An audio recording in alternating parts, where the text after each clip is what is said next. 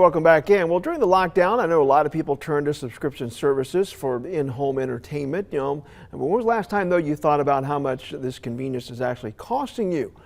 Joining us now, Marshall Clay with the Welch Group. A little different segment here. You got my attention because you're talking about how to enjoy some of our favorite shows and movies, but also sticking to a budget. How do we pull this off? That's right. So it's not just about the movie streaming services either. There's all kinds of subscription services that have sort of infiltrated their way. And I guess if I say infiltrate because it's kind of a negative term. They've infiltrated their way into our lives, and I think that's really taken off during the pandemic. And what I've seen what's happening to a lot of families is, they've signed up for the Netflix of the world, the Amazon Primes of the world. But then they start signing up for all these services. And before long, they've got all these subscription services that they're paying monthly dues on, and they forget about half of them, right? And so a lot of these programs, they start out with these nice little teaser rates where the fees are a set number, and then they stealthily start raising these fees over time. And I'll just use Amazon Prime and Netflix, as examples. So between last year and this year, the Amazon Prime subscription is up over 17%.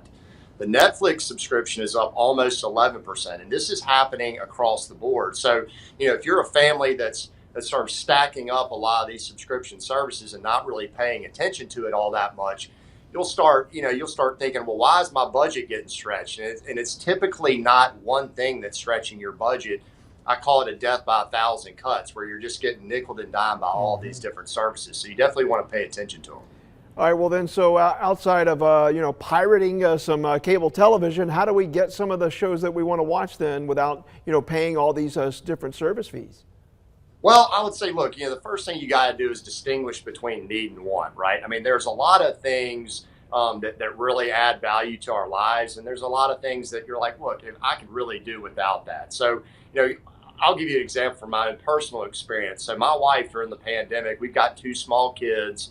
If anybody's got small kids, you'll understand they're always sick. They always get you sick. And so my wife decided that she wanted to get one of those ship subscriptions, the company that delivers groceries to your home. And so while we only use that a couple of times a month, when my wife does use it, she finds it extremely valuable. It adds a lot of value to her life because she doesn't have to leave the house. She doesn't have to pack with the kids when they're sick. Whereas, we may have, Sirius XM and Spotify and Apple Music. There's only so much music you can watch, only so many places you can listen to it. So distinguishing between need and want, I think, is very important.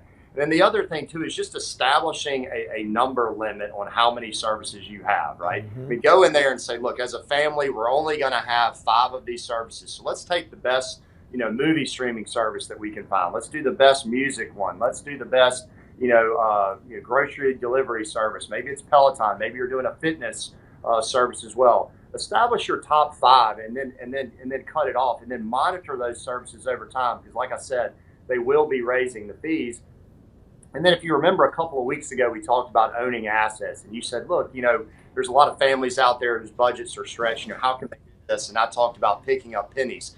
Well, this is an opportunity to not just pick up pennies, but pick up hundreds, if not thousands of dollars for certain families per year. So this is very important in terms of those long-term plans. And for folks who just want a free over-the-air television, just get you a nice antenna.